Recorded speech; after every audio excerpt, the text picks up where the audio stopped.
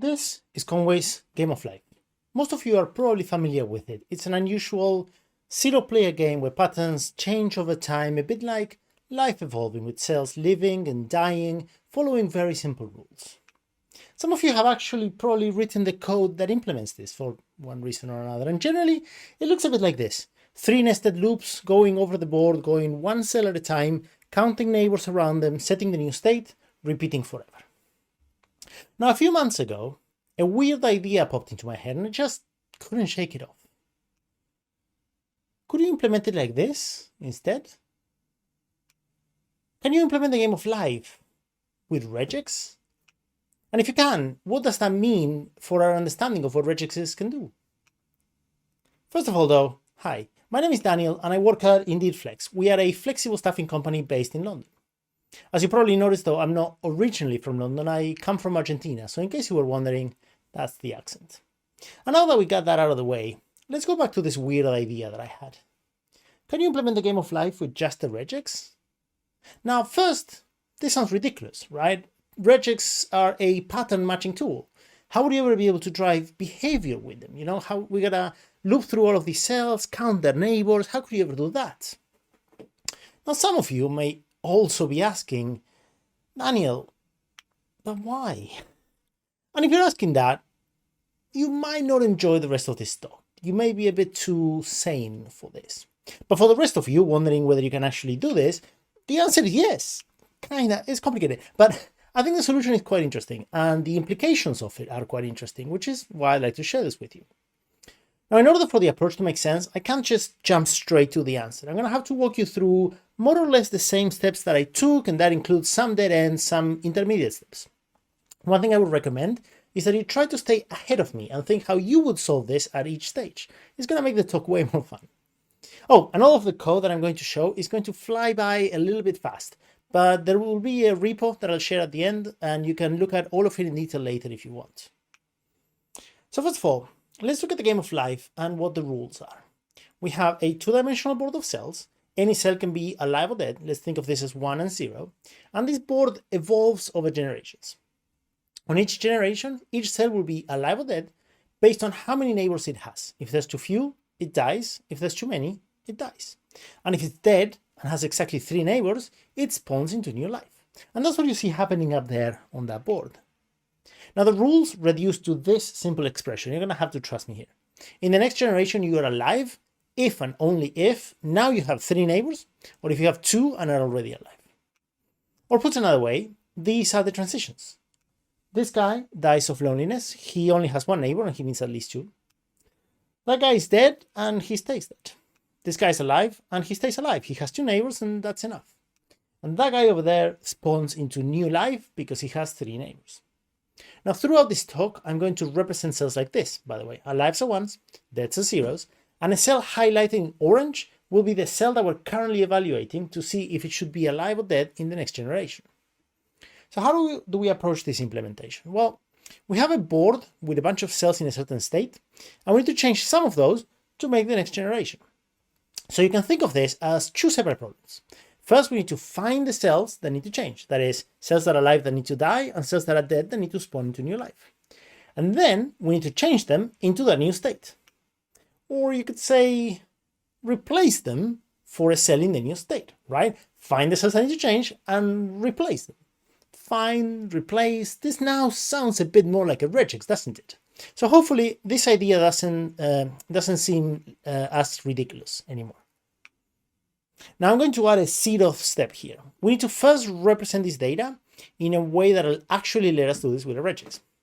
So let's look at these 3 steps one by one, and you can follow along with that progress bar at the top to see which of the 3 steps I'm talking about. Now, first of all, how do we represent this data so that we can operate on it? And normally you'd represent this as a 2D array of 0s and 1s matching the rows and the columns in the board. And when I'm looking at a cell, you can use plus and minus 1 offsets in both directions to find the 8 neighbors. But regexes don't work on 2D arrays, they work on strings. So we need to format this data as a linear string. Imagine, if you will, a long string of 0s and 1s where the string sort of wraps every n characters, and that ends up giving us the same board. And in order to find the neighbors for a cell, we need to look at what's before and after in the string of the character that we're evaluating. Now keep an eye on the colors. I'll always show the neighbors before and after in green and blue. And that's how we store the data. But how do we find the cells that need to change? And well, in regex, we can use zero with, look behind, and look ahead assertions to look before and after the character that we're interested in. What these do is say match a thing, but only if before or after that thing there's this other stuff. But the important part is the zero with in the name. That other stuff doesn't become part of the match. It's an assertion, but it's not in the result, it's not in the match. So for any given cell, I can zero with look behind the previous 4 characters and zero with look ahead the next 4 characters, and those are my 8 neighbors. So if I want to match these exact cells with these exact sets of neighbors, I can do that, right? Match the cell that I want, this orange one, but only if what's before and after meets some criteria. And if I can then replace these orange cells with the ones that, these orange cells that I match with their new values, I have a game of life. Now that's worth saying again. The reason this works is that these regexes will only match one character, the one I have to change. They match based on its surroundings, but they don't match the surroundings. So a regex replace will only replace the one cell that I'm looking at. And because it's a regex applying over a whole string, it applies over the whole string at the same time. So I just need to run this replacement once, and that'll do a whole generation for the entire board. And now it should be done, right? I mean, this should do it. But there's one small issue. How do you write a regex that matches a character based on the count of characters around it that are a 1, independently of their order? And I couldn't figure that out. But at this point, I had what I thought was a fairly reasonable chance of getting this to work, and no idea how to do it. So my next thought was, surely somebody has thought of this and done it before, right? Apparently though, I'm the first person dumb enough to actually try this, or at least the only one that lived to tell the tale. So I can't really Google my way out of this. I'm gonna have to figure it out by myself. So again, the immediate problem I have is, how do I find the cells that I need to change? And that's based on the number of neighbors that are the 1. Now, how do I find characters that, among the 8 characters before and after them, have either 2 or 3 1s? And of course, in regex, we can have curly braces to specify I need X many of this. And I can say, for example, find me 2 or 3 1s together immediately before this thing. But what we need here is, in between these 4 characters before me and these 4 after me, I need between 2 and 3 1s for this character to match, and I don't care what order they're in. And as far as I can tell, you can't do this with the regex. So this wasn't looking very promising at this point, and I got quite stuck for a while. But then I realized this problem falls into a specific category of problem, which is one of my favorites. And that is problems that are hard to solve, but instead of solving them, I can just cheat. Because you see, when I'm looking at a cell, I'm only looking at 9 binary digits, and 9 binary digits are not a lot of combinations. I can just brute force this. I can write out all of the 512 combinations for these and spell out what would happen in each case. And this is not exactly pretty, but I said game of life with a regex, not with an elegant regex. And importantly, we only care about cells that change, so I can ignore all of the combinations where the cell stays the same. So of the 512 possible combinations that we have, it takes us down to only 228 that change. And obviously, writing 200 cases of this by hand is not fun, so instead I quickly wrote some Ruby code to do it for me. The easiest way to brute force binary numbers in Ruby is to just count, and then you can 2s them into base 2. Here I'm counting how many 1s there are in the string to see how many neighbors are alive, and then I decide whether the cell should change or not. Now, this bit looks suspiciously like game of life code. But this code is never actually used to run the game. I only run it once to generate the regex, and then the regex runs the game, so that's okay. And this code in here will print out the 228 combinations of cells that represent a cell state change, either a spawn or a death. So for example, I have this combination, which is a death. I want to find the middle one to turn into a 0, so I need to search for that pattern. But I need to do the look ahead and look behind thing, so I only match the 1. And now that I have that, all I would need to do is repeat it 228 times. But there's one more problem. My board doesn't look like this thing up here, because I don't just have those 9 cells that I'm evaluating. I actually have a board that is much bigger than those 9 cells. So the 9 characters that I want are not all together in the string. They have garbage in the middle, this stuff in red and pink that I don't care about, so I need to ignore it. Now you'll notice that this board has a width of 10, and I always have 7 of these garbage characters, so I can just do this and ignore 7 characters. Now that 7 is hard-coded. I'm going to have to change it with the board size, but that's the easy part. We'll do that later. And now I can take this last rule, duplicate it 200 or so times, concatenate them all with one big OR, replace that 7 with the appropriate number for the board size, and that should match all of the cells I need to change. If you put that last expression in the generator code that I showed earlier, you end up generating this ridiculous file. Here you can see all of the combinations of zeros and ones that we're looking for our 3 rows and our 3 columns. And we have this code to read it. We read the lines, we put a pipe in the middle to do the OR, and then we replace the board size with the correct number for our board, and boom. Now we have a regex that'll match every single cell that we need to change. So this solves the find part. But the only problem is, I don't know what to replace them with.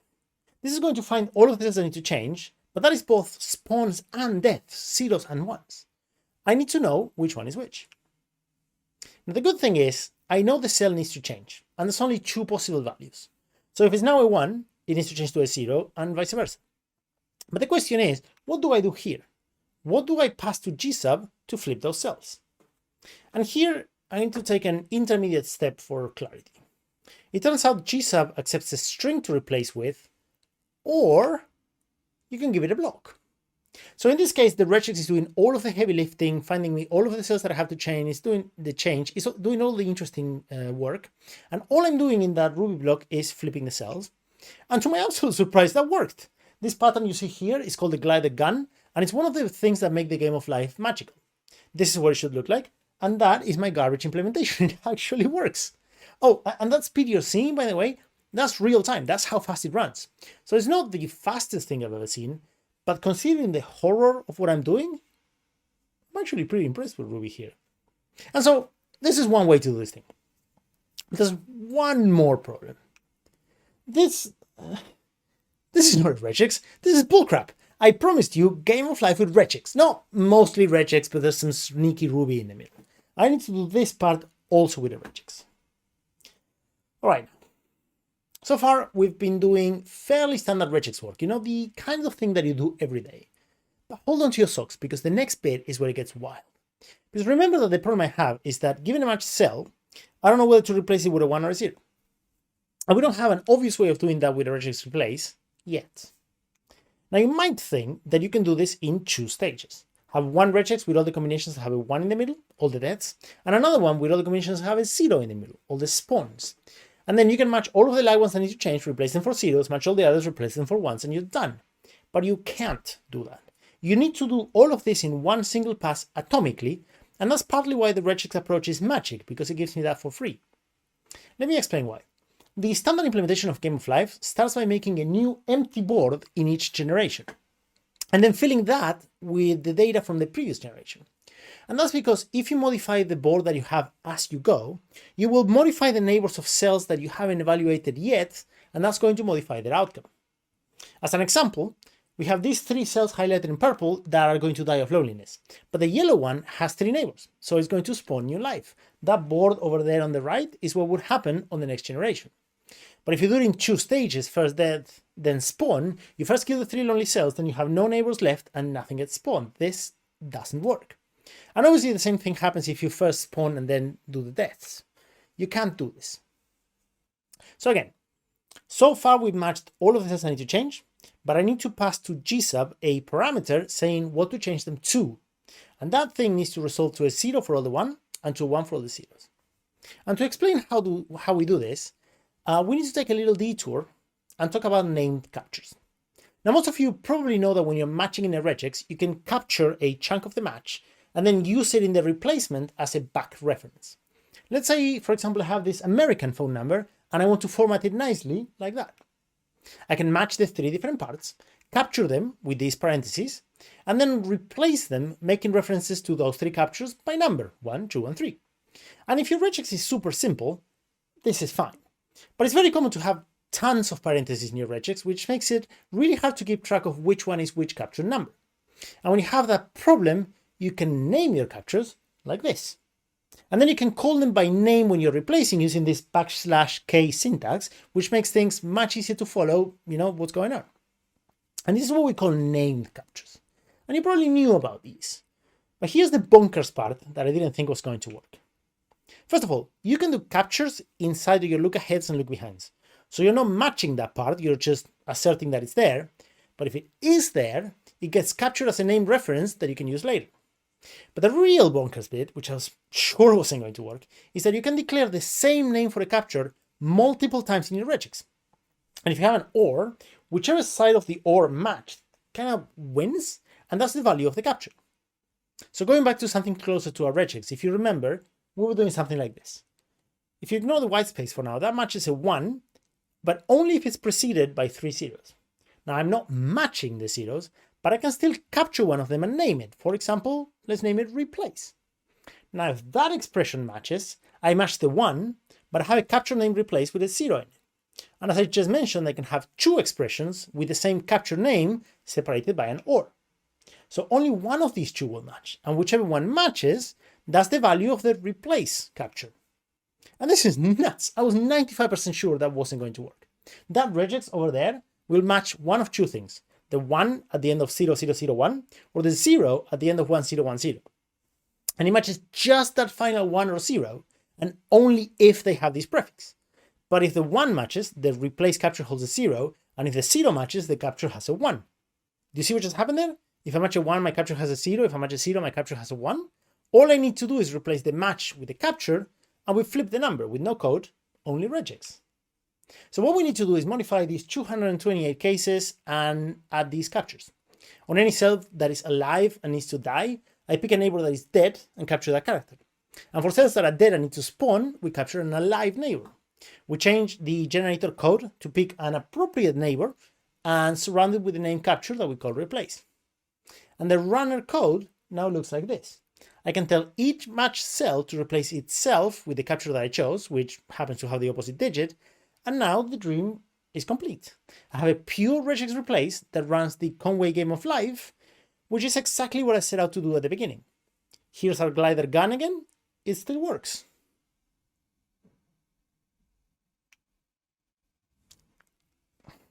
Now, as tempting as it is to leave it there, there's a little catch. Now, I promise it doesn't matter for where I'm ultimately going with this, but I do have to come clean. That emulation isn't perfect. Of those 228 cases that my regex needs to match, there is one and only one that it cannot deal with. Did you catch it already? This guy should die of overcrowding. He's surrounded in all directions. But I need to capture a 0 to be able to kill him, and there are no zeros around him, so I can't. This one guy won't die in my implementation. And I've tried everything: negative look aheads and look behinds, negative character classes, saying not 0 instead of 1 and capturing the 0 inside the not 0, trying to capture a 0 in that like interline garbage. Nothing worked. I need to grab onto a 0, and the 0 just isn't there. I don't have anything I can grab. So as an aside, for the love of God, if you can think of any way to solve this, please tell me, because it's killing me inside. But as I said, I think this doesn't invalidate what I want to get at. So I want to get back to an earlier question. Why? Why am I even talking about any of this? And what I said earlier is true. This is a question that popped up in my head and I just couldn't get rid of it until I had solved it. But there's another side of this story, because it turns out that the game of life is Turing complete. And that's not what you'd expect for a system which is entirely defined by this one simple rule, but it is. Now, as a quick reminder of what that means, and oversimplifying a bit, that means that any program you can write in any language, you could also write as a game of life pattern if you wanted to. And you can see a beautiful example of that here. That's the game of life running in game of life. And this is an actual Turing machine running in game of life. And this is something that I love. I love finding things that you wouldn't expect to be Turing complete, but they are. I could have an entire talk on just this. It's one of my favorite things ever. So when I was thinking about whether you can run the game of life with a regex, I was thinking of this. Because if the game of life is Turing complete, and I can run it with a regex, does that mean regexes are Turing complete? Because that would be pretty nuts. So I'm sort of using the game of life here as a proxy for Turing completeness, because I thought I could emulate it with a regex. And as we saw earlier, that doesn't quite work. But there's a more direct way. What if I just implement a Turing machine directly with a regex? Now, as a quick reminder / intro to what Turing machines are, they are a theoretical machine that can do any computation that any other computer can do. They have an infinite tape of data, a head that can read and write the data and move the tape around, and a state machine that given what data is in the tape and what state it's in, decides what to write in the tape and whether to move it left or right. And this simple thing can run any program that you can write in any computer. So here's how we can do this with a regex. I'm going to have to fly through this part a little bit. There's more details I encode in the repo. As usual, we need to start with representing the data so that we can work on it with a regex. This string is the state of our little Turing machine. This is the tape, both was to the left and to the right of the current position. That bit over there that goes from B to B, that's the initial data of the tape. The rest is empty. This is the head of the machine, which moves left and right on the tape based on what the state machine tells it to do. This particular machine can have 8 different states and process 6 different valid input characters. If we have more states or other characters, we would put that in this initial string. And we have these things here just so we can capture them with name captures and then replace them into the other parts, just like before we were capturing neighbors. Now this is the current position of the tape, the position we're operating on. And this is the character that we're going to match to determine what state to go to and which way to move the tape. This is the current state of the state machine. We're in state 0 here. If that's set Q1, we'd be in state 1 and so on. And this is a sort of definition of a Turing machine, a program for the state machine to run in a sort of language that I made up. This line, for example, says if you're in state 1 and the tape has a B, write a C, move left, and change to state 2. And we can write a little bit of Ruby code to turn this machine definition into a Mega-Regex like the ones I had before. What we do is each of these lines will try to match the head in that state, so 1, and with that character, B, in the tape.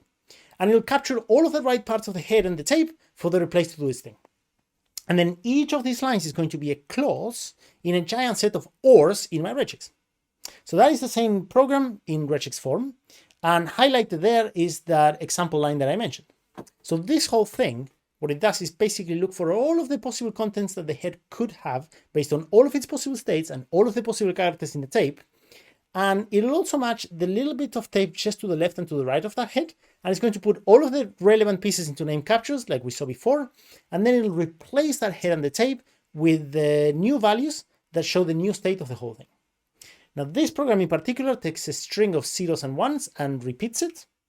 And the code to execute this regex Turing machine is what I keep promising. Nothing but that regex. And it works. There you can see the header moving back and forth over the tape, changing the values. And once it finishes, the tape at the end has the same string of zeros and ones as the input, but repeated twice. So we can implement a Turing machine with only regex. Now going back to my original weird question. Does that mean regexes are Turing complete? And, well, technically, formally, academically, very, very no. And I want to make that clear. I'm not claiming that they are. First of all, in all that code that we saw, we have a loop around the regex. And that loop is pulling a lot of weight. Regexes cannot loop at all. And you really need to loop if you want to do any actual computation. And also, it depends what you mean by regex. In the formal definition of regular languages, regexes can't do all the beautiful things that you used to do in day-to-day with the looking back and forth and the back references and the name captures. All of that is technically not a regular expression. So officially, no, they are not Turing complete. But given that with just a dumb loop around them, they can almost run a game of life and they can absolutely run a Turing machine, they kind of are. Like, for practical purpose, the regex that you use day to day can absolutely emulate computation. Now, I don't think there's any actual practical purpose for this, but I also think that's kind of mind-blowing. I did not expect to get to this answer when I started. And, you know, like most weird things that I find, I just wanted to share that with you. So I hope you enjoyed that little crazy tour, and thank you.